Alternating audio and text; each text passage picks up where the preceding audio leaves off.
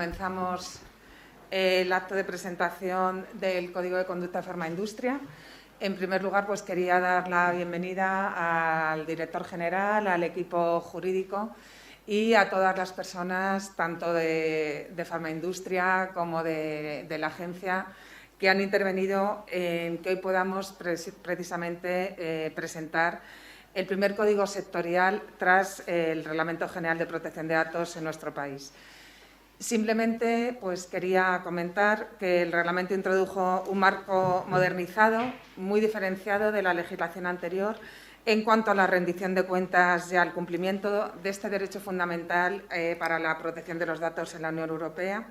Se cambió radicalmente el modelo clásico, basándose ahora mismo en el principio de accountability o el principio de responsabilidad proactiva, por el que los responsables y encargados del tratamiento de los datos no solo han de cumplir con toda la normativa, sino que han de estar en condiciones precisamente de demostrar que desde el diseño y desde el inicio del tratamiento todos los principios y las garantías aplicables en la normativa de protección de datos se han cumplido.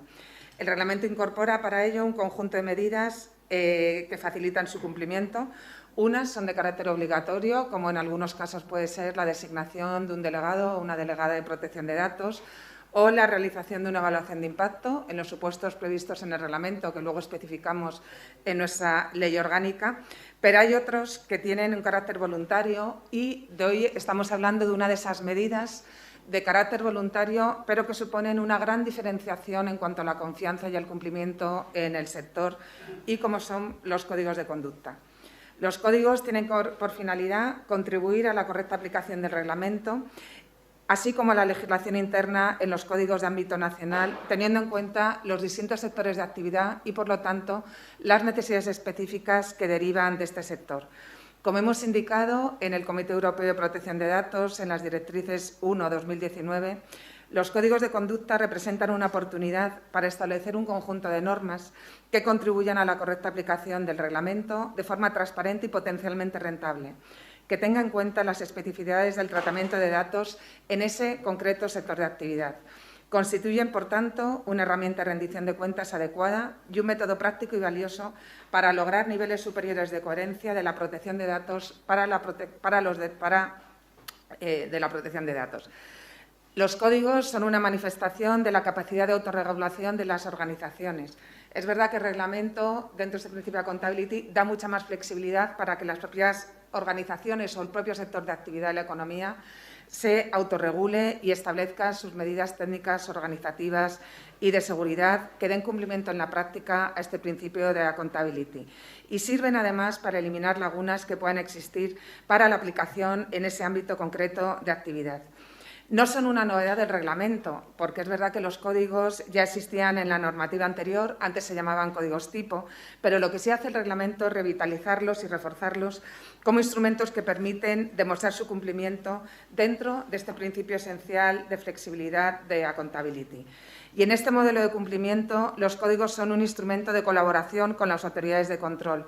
Yo quiero insistir que a la agencia la mayor prioridad no es sancionar, la mayor prioridad es la prevención e impulsar herramientas e impulsar actuaciones y medidas de accountability como esta, porque a lo que nos interesa es que los diferentes sectores que son estratégicos en la economía nacional, y cuando hablamos de la investigación en el ámbito sanitario, ya no solo estamos hablando de economía, estamos hablando de salvar vidas. Entonces, es esencial el poder ayudar, el poder colaborar, y por eso hoy es un momento de alegría y de satisfacción el acto que aquí hoy presentamos.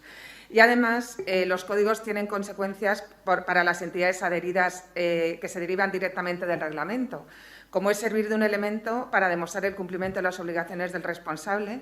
Será algo que se tenga en cuenta con carácter beneficioso, lógicamente, a la hora de determinar la imposición de una multa, y aportan una serie de ventajas de carácter general.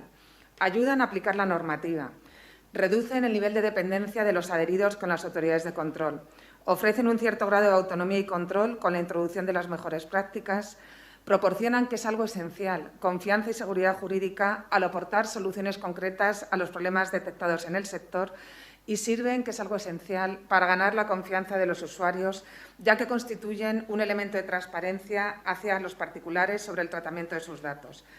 Esto se pone de manifiesto de manera que, tanto en el reglamento como específicamente en nuestra Ley Orgánica de diciembre del 2018, dimos especial importancia a los códigos de conducta en el actual marco normativo vigente.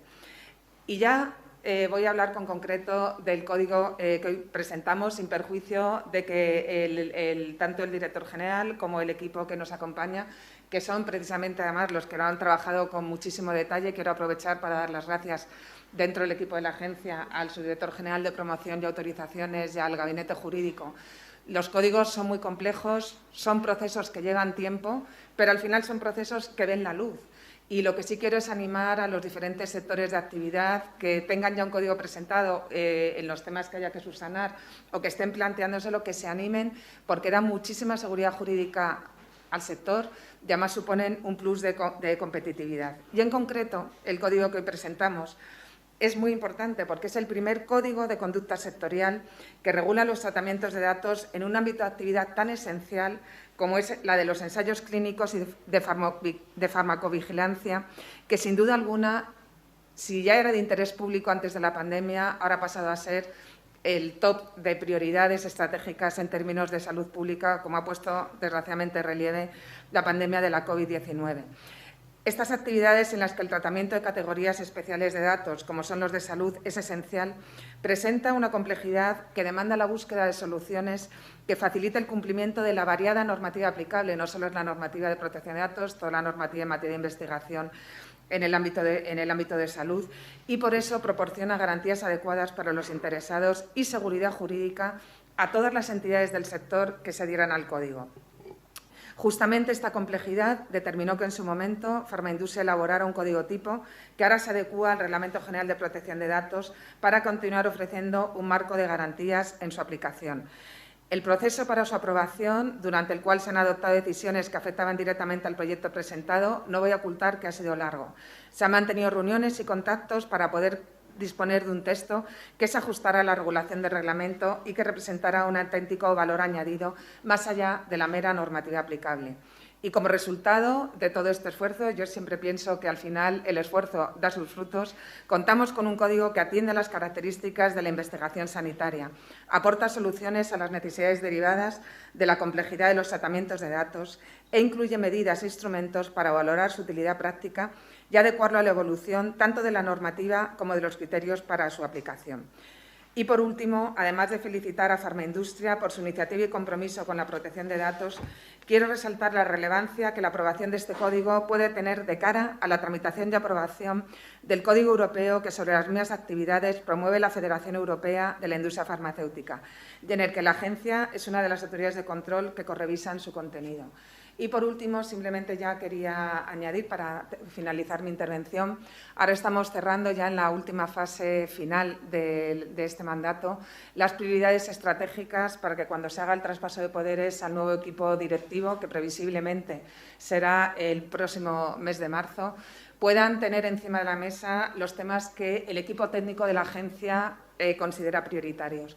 Y, desde luego, reitero una vez más el compromiso institucional de la agencia y el mío personal en que en ese traspaso de poderes todo lo que podamos ayudar desde la Agencia Española de Protección de Datos en el ámbito de la investigación biomédica en salud, en poder utilizar datos abiertos, inteligencia artificial, para la detección, la prevención y el diagnóstico de enfermedades y más de las enfermedades que estamos hablando de ámbito masivo, pueden contar y contarán con nuestra colaboración leal e institucional. Muchísimas gracias.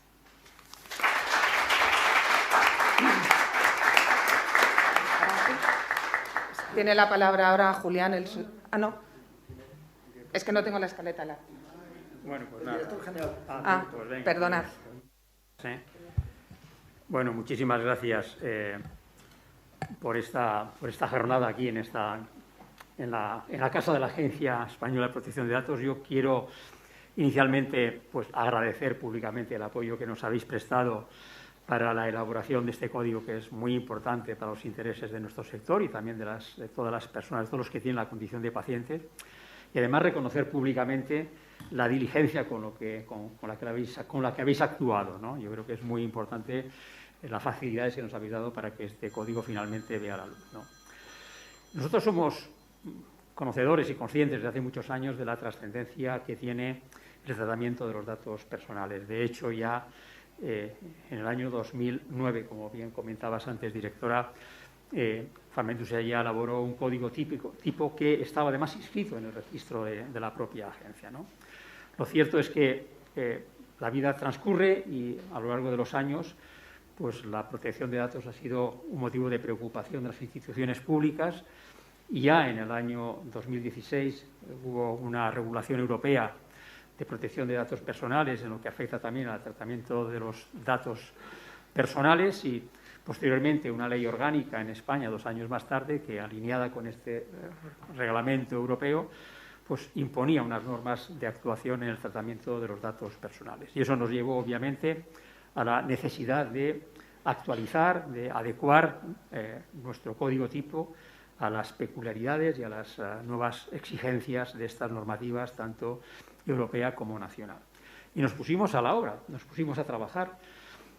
Los grupos de trabajo que tenemos conformados en Farmaindustria, de carácter jurídico y de carácter técnico, trabajaron muy intensamente durante esos años para poder adecuar, para poder adaptar el código tipo a las exigencias de las normativas europeas y española. Y bueno, tuvimos el apoyo de mucha gente. Contactamos con todos los que podrían estar concernidos en este ámbito, desde las organizaciones de pacientes, primeros afectados, sin duda, en el tratamiento de los datos personales, en la investigación clínica y también las tareas de farmacovigilancia. Contactamos con los profesionales sanitarios, especialmente los clínicos, que son los que realizan los ensayos clínicos. Contactamos con los centros éticos de investigación de medicamentos. Contactamos con la Agencia Española de Medicamentos y Productos Sanitarios y recabamos de todos ellos pues, observaciones, comentarios para poder enriquecer ese nuevo código que estábamos empeñados en poder adecuar y adaptar a las nuevas exigencias, como decía antes, regulatorias europeas y nacionales. Y fruto de ello fue un texto inicial que compartimos con vosotros a finales del año 19, creo que fue, y después de intensos trabajos con la Agencia Española de Protección de Datos, y aquí vuelvo a resaltar el apoyo que nos habéis proporcionado, ¿no? Corrigiendo, modificando, trasladando aquellas observaciones que nos habéis hecho, pues hemos llegado finalmente a este código que ve la luz y, como decías, es pionero no solo en el ámbito farmacéutico a nivel europeo, sino también en el ámbito de todos los sectores de la actividad industrial y económica, de lo cual nos sentimos enormemente pues, orgullosos y satisfechos. Y deciros que bueno, nuestro objetivo siempre ha sido lograr los mayores o los más altos estándares en el cumplimiento de las normas de protección de datos, en este caso para aquellos que están concernidos en las investigaciones clínicas y también en las tareas de farmacovigilancia, y que con este código yo creo que lo hemos sin duda conseguido. Y animo a todos aquellos, puesto que la adhesión a este código, me imagino que luego Ana Boix lo comentará más directamente, ¿no? Pero dado que la adhesión a este código, que en principio está pensado para todas las compañías farmacéuticas, estén adheridas o no a Farmaindustria, pero también para todas aquellas entidades que realizan actividades de investigación, y me refiero especialmente a las organizaciones de investigación por contrato, ¿no? Pues animo a que todas ellas se adhieran a este código, porque sin duda que ofrece múltiples ventajas, como antes señalaba ya la directora de la agencia, ¿no? Ventajas para aquellos que se adhieren, sin duda, porque garantizan que están cumpliendo unas normas con unos altos estándares de exigencias, como decía, pero ventajas también fundamentalmente pues, para los pacientes, que son los destinatarios últimos de este código, puesto que van a tener una garantía en el tratamiento de sus datos personales en todo aquello que se refiere a las tareas de investigación y de farmacovigilancia. Bueno, yo creo que este código refleja también el compromiso de la industria farmacéutica con los sistemas de regulación en temas de buenas prácticas, ¿no? Nosotros desde hace ya bastantes años tenemos otro código, en este caso, otro código de conducta que se refiere a las relaciones que la industria realiza con profesionales sanitarios y con pacientes, y muestra ese compromiso con la transparencia, con las buenas prácticas y con el respeto de los derechos de las personas. Creo que es muy importante que señalemos esa circunstancia. Y poco más que añadir, simplemente comentar que Otro elemento fundamental que de la lectura del código me parece que es necesario subrayar es ese equilibrio que se ha conseguido, esa confluencia de intereses. Por una parte, la protección de datos personales, el tratamiento de datos personales con seguridad y con garantías de cumplimiento de esas exigencias, pero por otra, el poder aprovechar el Big Data biomédico tan importante que en este sector existe y que sin duda va a propiciar un desarrollo terapéutico como que todos los ciudadanos esperamos. Bueno, yo concluyo aquí, reitero las gracias a la agencia, reitero las gracias a todos aquellos que nos han apoyado y reitero también pues, ese deseo de que las compañías de farmaindustria se adhieran al código y todos aquellos que realizan investigación biomédica también así lo hagan. Muchas gracias.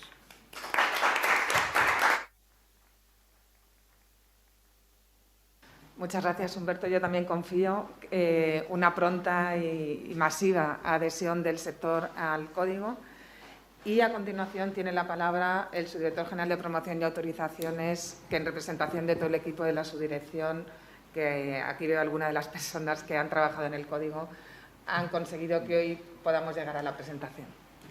Bueno, buenos días a todos. Muchas gracias, directora. Y no sé, iba a empezar diciendo habemos código. O sea, finalmente habemos código. La relevancia de los códigos de conducta como instrumentos de cumplimiento y de ayudar a una normativa que ha supuesto un cambio importante en el modo de cumplimiento ha sido puesta de manifiesto.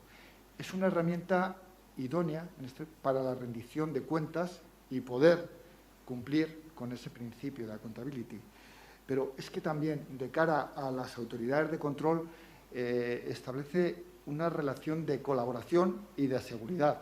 Aquellos sectores que tengamos regulados, ahora veremos a ver si están regulados, autorregulados, hasta qué punto, ofrece confianza también para el sector y depositamos esa confianza en esos códigos de conducta y en esos instrumentos que se tienen para su cumplimiento y su supervisión, que lo tenemos ahí. Es un instrumento que tiene también una vocación dirigida a los interesados, a los titulares de los datos. Por eso, ese afán de transparencia o esa voluntad de transparencia y de una redacción que pueda ser también comprensible, no solo para el sector, estamos hablando de un sector muy específico, muy especializado y que, bueno, pues todos conocemos. Recuerdo que en las discusiones hablábamos del archivo maestro y, bueno, pues supongo que en el sector no hay ningún problema y todo el mundo sabe qué es el archivo maestro, qué contiene, pero tiene también una vocación de los titulares de los derechos, los que lo van en su momento lo van a poder ver y van a poder acogerse a él, sobre todo algunas de las medidas que yo sí quisiera poner de manifiesto que lo tiene. Por tanto, ese enfoque dirigido también no solamente a los sujetos obligados, a los responsables del tratamiento, a los encargados de tratamiento, sino también a las personas, es importante en este código. Y demonio con la mascarilla, perdonar, pero bueno, ¿qué cosas quisiera yo destacar? Bueno, quisiera destacar en los códigos, porque supongo que el contenido más técnico y preciso Farmaindustria lo expondrá, pero yo quería destacar algunas cuestiones que es importante y que además espero que sirvan también para promover, para impulsar y para animar a presentar códigos de conducta. En primer lugar, hay una flexibilidad del Reglamento General de Protección de Datos. Aquel sector que decida ir hacia un código de conducta no va a tener que regular desde el primer momento hasta la última operación de tratamiento, sino que va a responder, y ahora lo veremos, a las necesidades específicas que el sector haya determinado. ¿Y cómo las vamos a determinar esas necesidades específicas? Bueno, pues porque es el sector y lo sabe, pero también hay una fase importante que es la de consultas con los agentes y con los actores y con los participantes en este sector. De esa manera vamos a poder conocer qué es lo que necesitamos en materia de protección de datos, qué podemos cumplir. Y en este caso, pues en el Código de Farmaindustria, en la memoria nos aparece todas aquellas actuaciones que se llevaron a cabo de difusión, de conocimiento, de intercambio de información y que han podido permitir detectar esas necesidades. Y muy ligado a esto, y además, como se cogen las directrices, como se recogen del Comité Europeo de Protección de Datos, tenemos la memoria. Nosotros somos la agencia, podemos saber, supongo que sabemos mucho de protección de datos, pero de las distintas actividades, pues lo mismo tenemos un sector en el ámbito financiero, que en el ámbito sanitario, que en el ámbito hostelero, que en el de turismo, y nos cuesta en ocasiones conocer las actividades con detalle que se realizan en ese sector. La memoria es importante. La memoria constituye un elemento clave que nos va a poder permitir avanzar también más deprisa si conocemos con detalle qué es lo que se hace en los determinados sectores. Y así se recogen las directrices del Comité Europeo de Protección de Datos como uno de los elementos que va a determinar la admisibilidad. Sin memoria nos va a ser muy difícil luego ir a la parte dispositiva de un código y poderla reconocer en un determinado tratamiento. Por otro lado, el código, la parte, como ya decía, de sustantiva, yo creo que por parte de Farmaindustria se va a exponer, y yo quisiera dedicar a algunos aspectos. Se trata de un código de ámbito territorial doméstico, nacional, de aplicación española. El Comité Europeo regula la posibilidad de códigos transnacionales.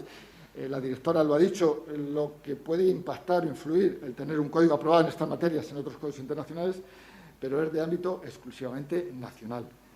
Y del ámbito de aplicación, yo quisiera destacar también, el director general lo ha puesto de manifiesto, que no solamente se aplica a los de aplicación a los promotores de los ensayos clínicos, los responsables de obligaciones en materia de farmacovigilancia, sino también a otros agentes que intervienen en este ámbito, y entre ellas las CRO. Ya se recogía en su momento en el código de tipo y ahora lo recogemos también en el código de conducta.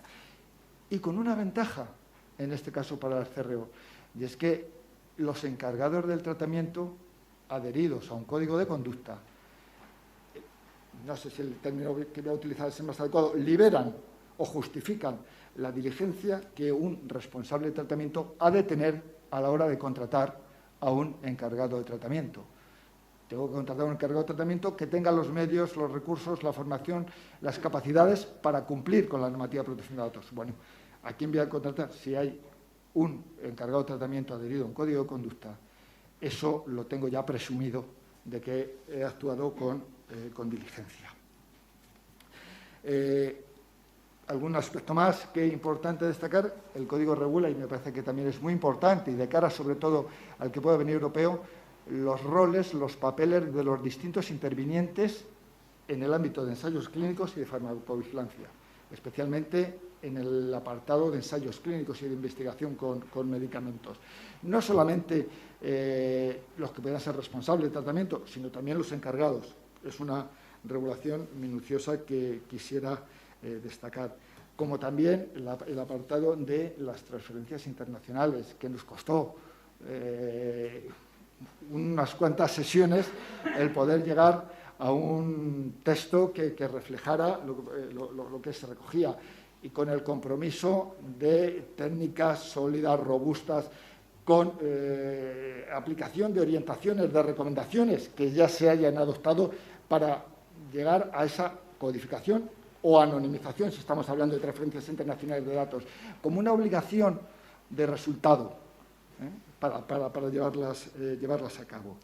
Y aunque me imagino que con más detalle, las bases jurídicas del tratamiento, tanto en ensayos clínicos como en farmacovigilancia, en línea con el dictamen 3/2019 del Comité Europeo de Protección de Datos, en el que se recogen con carácter principal, aunque hay otras operaciones de tratamiento que no solamente las vamos a alojar en el 6.1c, sino que te lo recoge también para esos casos.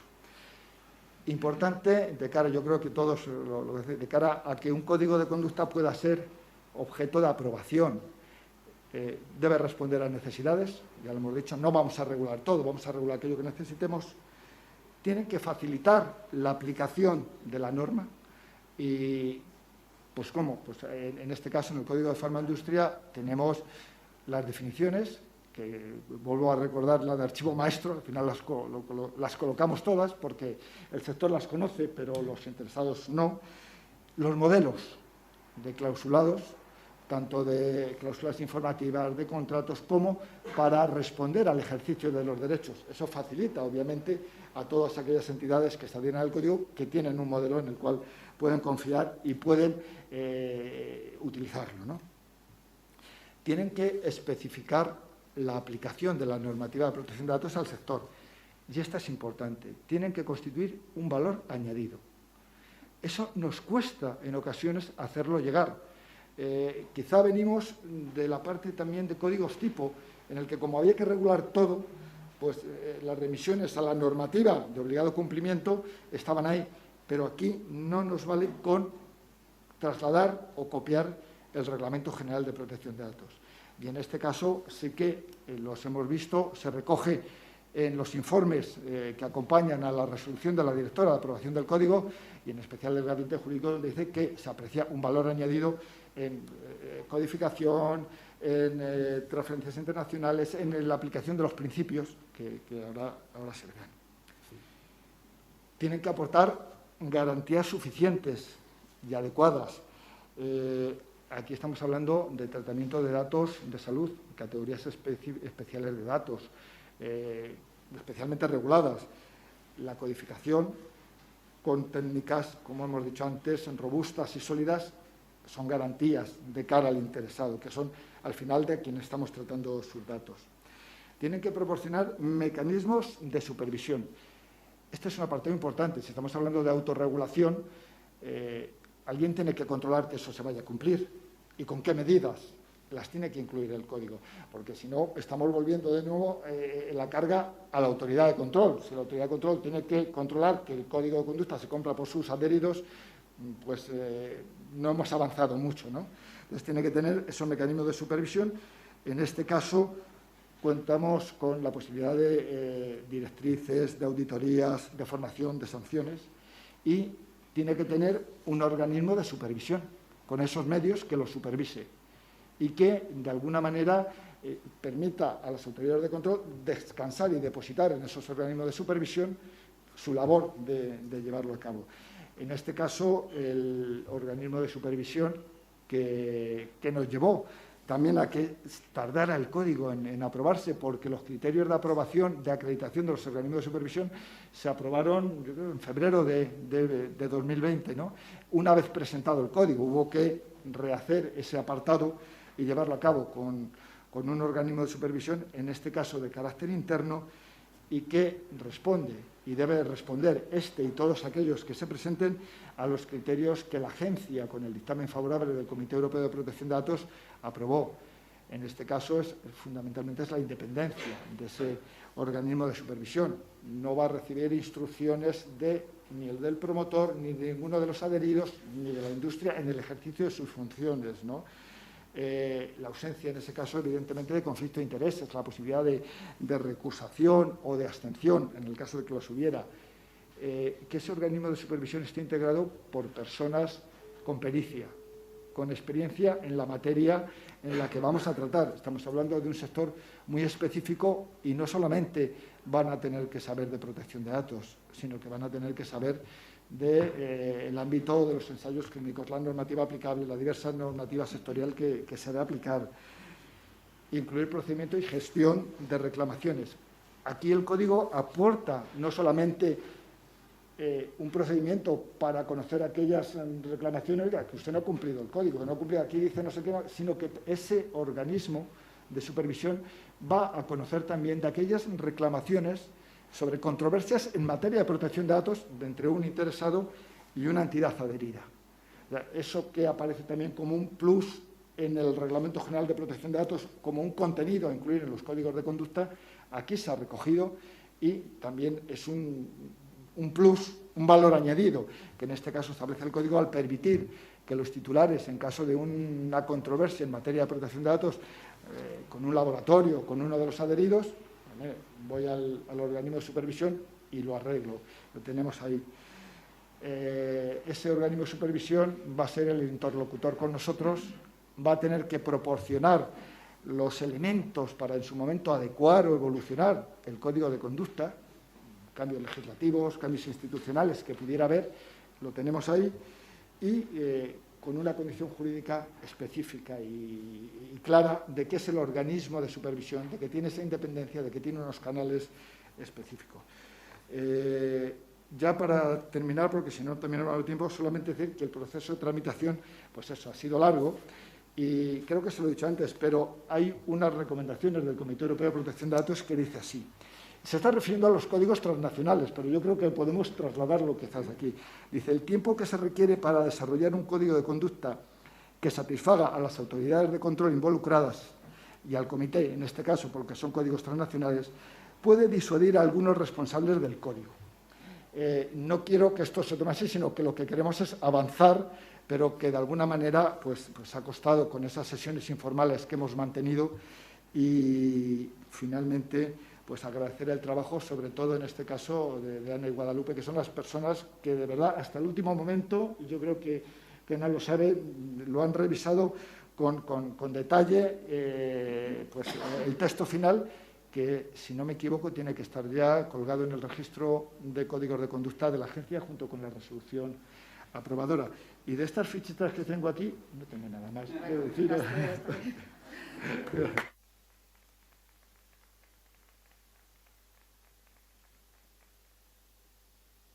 Pues gracias, Julián, y reiterar el agradecimiento a todo el equipo de la agencia que ha participado en la elaboración en la supervisión para la aprobación del código. Y a continuación tiene la palabra Ana Bosch, la directora del Departamento Jurídico de Farmaindustria. Muchísimas gracias, directora. Quiero comenzar mi intervención agradeciendo públicamente desde Farmaindustria el magnífico trabajo y la colaboración dispensada por la Agencia Española de Protección de Datos en la aprobación de este código. Han sido, como se ha expuesto, 2 largos años de trabajos, de reuniones continuas para la presentación hoy que hacemos pública de este código de protección de datos.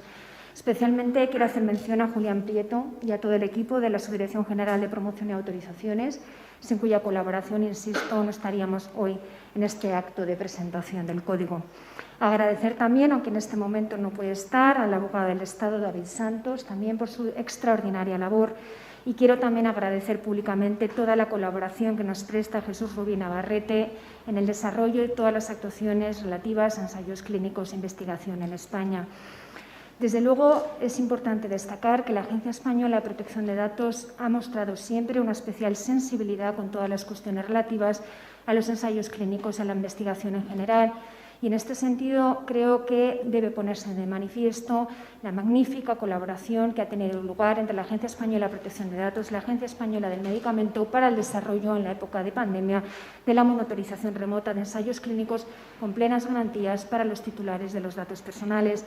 Creo que es un orgullo contar con servidores públicos como los que tenemos en ambas agencias reguladoras. Nuestro agradecimiento más sincero. También es de justicia agradecer el trabajo desarrollado por las empresas adheridas a Farmaindustria en los diferentes grupos de trabajo directamente concernidos, servicios jurídicos, farmacovigilancia y ensayos clínicos. Han sido 2 años de continuas reuniones sin cuyas aportaciones, recomendaciones y también observaciones en ocasiones hubiera sido imposible la redacción del código.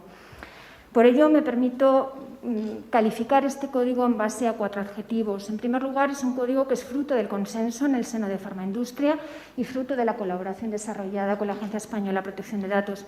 En segundo lugar, es un código que tiene una vocación de generalidad. Es verdad que se ha desarrollado en el seno de Farmaindustria, pero no queremos que sea un código de Farmaindustria. Nuestro objetivo es que sea un código de toda la industria farmacéutica en España.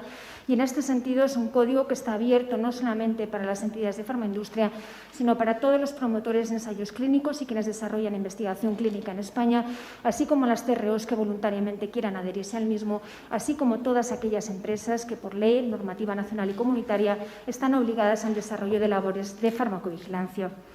Es además un código que nace con vocación de convertirse en el Código Europeo. Es verdad que es un código nacional circunscrito al tratamiento de los datos personales que tienen lugar en España, como ha comentado antes Julián, pero nace con esta vocación de ser un referente a nivel europeo y en este sentido hay que destacar la labor desarrollada por la Agencia Española de Protección de Datos en la correvisión del futuro Código Europeo pendiente de aprobación del Comité Europeo de Protección de Datos. Finalmente, es un código vivo en cuanto que estará sometido a las posibles modificaciones que en materia de protección de datos puedan suscitarse y, en este sentido, el propio código prevé una revisión cada 4 años o antes si las circunstancias así lo aconsejan. Y en esta revisión será esencial contar con el expertise, los diferentes grupos de trabajo en el seno de Farmaindustria, los delegados de protección de datos de los centros hospitalarios, así como los comités de ética con los que Farmaindustria mantiene un estrecho contacto. Respecto a la génesis de este código, no quiero extenderme mucho en este punto, ya que tanto el director ha hecho referencia a esta cuestión. Farmaindustria contaba ya con un código de protección de datos desde el año 2009. No obstante, la necesidad de acomodar este código a las nuevas previsiones previstas en el Reglamento Europeo de Protección de Datos y en nuestra Ley Orgánica de Protección de Datos y Garantía de los Derechos Digitales hizo necesario abordar esta regulación, partiendo siempre, como se ha expuesto, del principio de accountability o responsabilidad proactiva, de manera que tienen que ser los responsables y los encargados del tratamiento de datos personales quienes valoren los riesgos y, en su caso, cometan las medidas oportunas para minimizar los mismos. Y dentro de este principio de responsabilidad proactiva tienen especial importancia estos códigos de autorregulación a los que el Reglamento Europeo de Protección de Datos impulsa en el ámbito sectorial a través de las asociaciones profesionales. Los sistemas de autorregulación y estos códigos de conducta en particular presentan, desde mi punto de vista, ventajas o beneficios tanto para el titular de los datos personales como para los responsables encargados del tratamiento que se adhieran a los mismos. Desde el punto de vista del titular de los datos personales, hay que recordar que los datos personales es un derecho fundamental, reconoce el artículo 18.4 de la Constitución, como ha declarado nuestro Tribunal Constitucional, y en este sentido también la protección de los datos personales se consagra en el artículo 8 de la Carta de Derechos Fundamentales, hasta el punto que el Reglamento Europeo, en su considerando número 4, declara que el tratamiento de datos personales debe estar concebido para servir a la humanidad. Me he permitido también rescatar unas palabras contenidas en un documento de la Agencia Española de Protección de Datos, se llama Protección de Datos y Seguridad, que declara que la protección de los datos personales es un derecho del ser humano vinculado a la Declaración Universal de Derechos Humanos con el objeto de garantizar la dignidad del ser humano y como instrumento de lucha contra la opresión, la impunidad y las afrentas a la dignidad humana. Y precisamente por esta finalidad tan trascendental en cuanto al tratamiento de los datos personales, el Código ofrece a sus titulares importantes beneficios. En primer lugar, es una garantía de que los derechos tanto reconocidos en la legislación vigente como las garantías adicionales que se establecen en el Código de Conducta van a ser ampliamente respetados por todas las entidades adheridas. Además, se establece un procedimiento de mediación que es voluntario y gratuito para el titular de los datos personales y a través del cual puede obtener una resolución de obligado cumplimiento para las entidades adheridas que, además de reconocer en su caso una posible violación de los datos personales, puede conllevar la adopción de medidas adicionales, incluso el reconocimiento o una indemnización por los daños morales que hayan podido producirse. Esta mediación está a cargo de un mediador designado en el seno del órgano de gobierno del propio Código, persona de reconocido prestigio en el ámbito de la protección de datos y que actúa con plena independencia y autonomía en el ejercicio de sus funciones. Adicionalmente, queda siempre a salvo la posibilidad de que el interesado pueda acudir, si así opta por este camino, ante la Agencia Española de Protección de Datos. Desde el punto de vista de quienes desarrollan tratamientos de datos personales, las entidades que se adhieran al código, es indudable que un código de conducta, ya se ha expuesto con anterioridad por los ponentes, comporta seguridad jurídica a los aplicadores del derecho, elimina las incertidumbres y facilita los mismos protocolos y modelos de actuación en el tratamiento de los datos personales. Adicionalmente, la legislación vigente reconoce a las entidades adheridas al Código importantes beneficios. En primer lugar, la sola adhesión a un código de conducta puede ser utilizado como un elemento para demostrar el cumplimiento de las obligaciones por parte del responsable. También se ha puesto de relieve por parte de la directora de la agencia que puede ser un criterio para la cuantificación de las sanciones que pudieran derivarse de la comisión de infracciones en esta materia.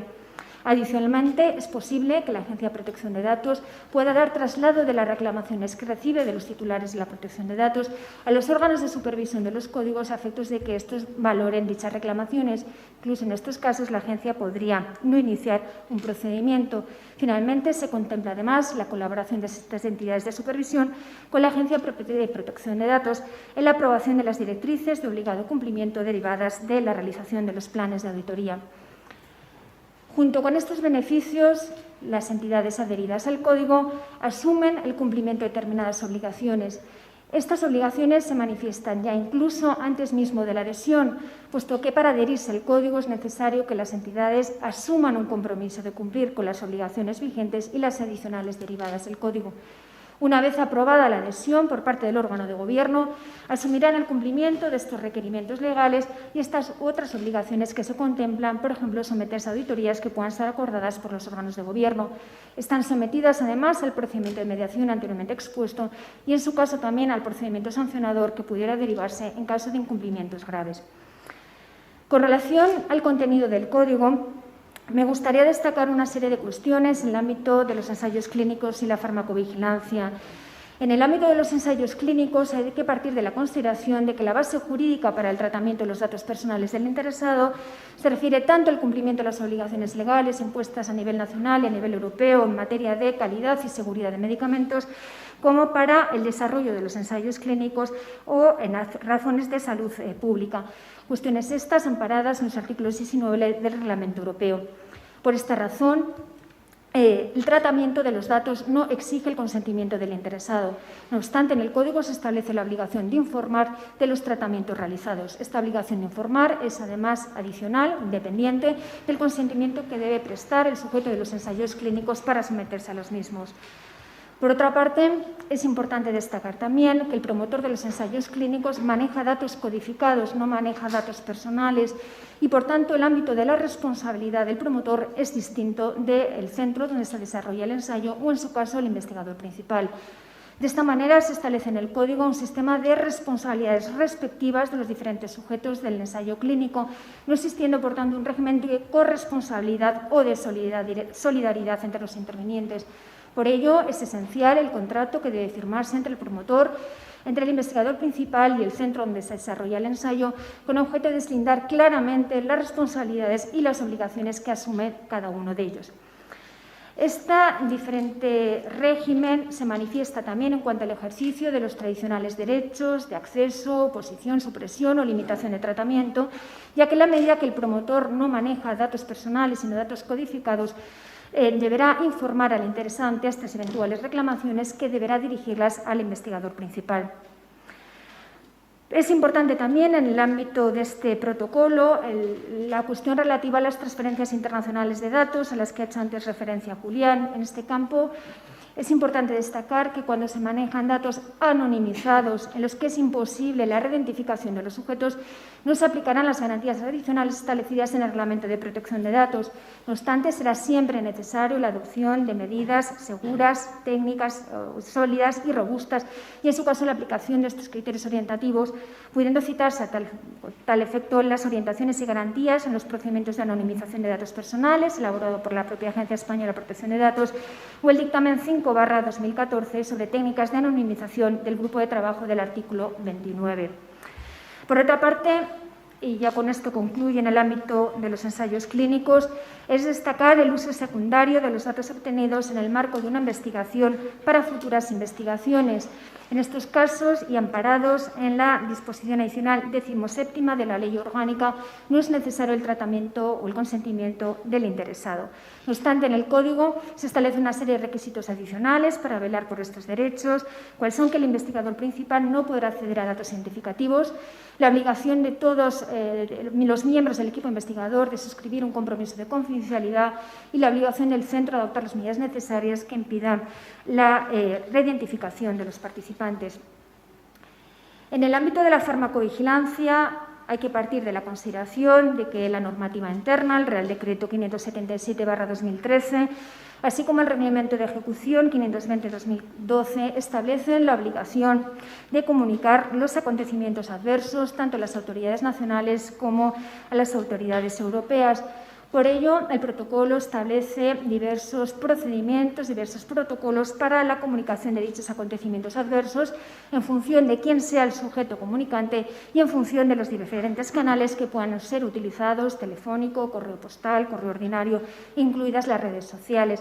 Se establece, no obstante, un régimen jurídico distinto según que se utilicen datos codificados o datos anonimizados. Además, se regulan de forma pormenorizada los tratamientos que puedan llevar a cabo terceros, como son entidades contratadas por las compañías farmacéuticas, compañías aseguradoras, incluso el tratamiento y la comunicación de los datos entre compañías pertenecientes al mismo grupo o en los casos de licencias.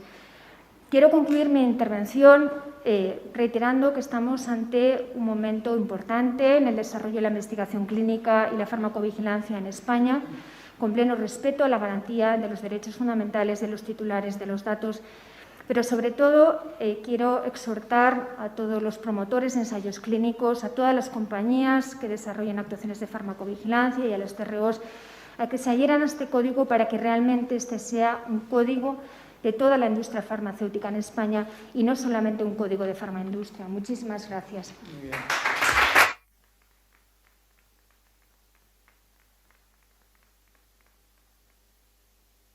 Muchísimas gracias, Ana. Yo ya para concluir sí que quería insistir en resaltar que el compromiso de la Agencia con la investigación clínica y la farmacovigilancia está encima de la mesa. Lo hicimos incluyendo a propuesta de la Agencia la disposición adicional 17ª en la Ley Orgánica de Protección de Datos. Hemos continuado con las actuaciones en relación con la autorización remota de los ensayos clínicos, como bien ha resaltado Ana. Hoy el compromiso lo manifestamos con este Código de Conducta. Y para facilitar la adhesión, sí quiero insistir en algo que se ha comentado ya en esta mesa. En el caso que recibiéramos una reclamación referida a alguna empresa, ¿no?, de la industria farmacéutica, que, por cierto, recibimos muy pocas, más bien es tutelas de derecho, yo, desde luego, significativa, no recuerdo ninguna. En ese caso, en vez de iniciar el procedimiento sancionador, la Agencia ha apostado firme y claramente por la mediación. Lo hicimos regulando los traslados en la ley orgánica, posibilitando la mediación con el convenio con autocontrol, y este es un mecanismo perfecto para facilitar la mediación, de manera que si recibimos una reclamación relacionada con alguna de las entidades que espero empiecen a adherirse a partir ya de la semana que viene, en ese caso la Agencia no inicia actuaciones sancionadoras, envía la reclamación al órgano interno de control previsto en el Código y si esa reclamación se resuelve de manera satisfactoria para el paciente, la Agencia no va a intervenir más. Entonces, creo que es algo donde se facilita la flexibilidad, la proactividad y la resolución del problema en el menor tiempo y con la mayor eficacia posible y con el menor coste en todo el sentido más amplio de la expresión. Y el compromiso está y seguirá para el futuro. En las actuaciones estratégicas planificadas tenemos ya algo que me parece esencial. No nos ha dado tiempo porque ya sabéis que las guías y herramientas las hacemos a coste cero por el equipo de la Agencia, pero tenemos previsto que espero, no sé si se podrá hacer este año, yo ya no voy a forzar más la máquina y ya no me va a corresponder además, será la guía sectorial en el ámbito de la salud, en el ámbito de la farmacovigilancia, de la investigación clínica, que está ya bastante avanzada, donde queremos facilitar también la actuación de órganos que son esenciales, como los comités de ética e investigación en los hospitales. Quiero animar a compartir datos en abierto, a realizar investigación en el ámbito clínico, de forma que no sea un obstáculo la protección de datos, ni el virus conoce de fronteras, la protección de datos se trata de forma transnacional y todo lo que podamos ayudar desde la Agencia en facilitar la investigación sanitaria en este ámbito, desde luego es un compromiso que ha estado, está y estoy segura que seguirá por parte de todo el equipo de la Agencia. Así que muchísimas gracias y ahora lo importante es que todas las entidades del sector que puedan adherirse comiencen a adherirse ya al código y se adhieran también al Pacto Digital, que es un compromiso que da la Agencia también en algo que es esencial. Estamos también para proteger a las personas en Internet en un ámbito donde podemos salvar vidas, ¿no? Como es, por ejemplo, bueno, eso es otro tema, pero animo a la adhesión a los dos, tanto al código como al pacto. Muchísimas gracias.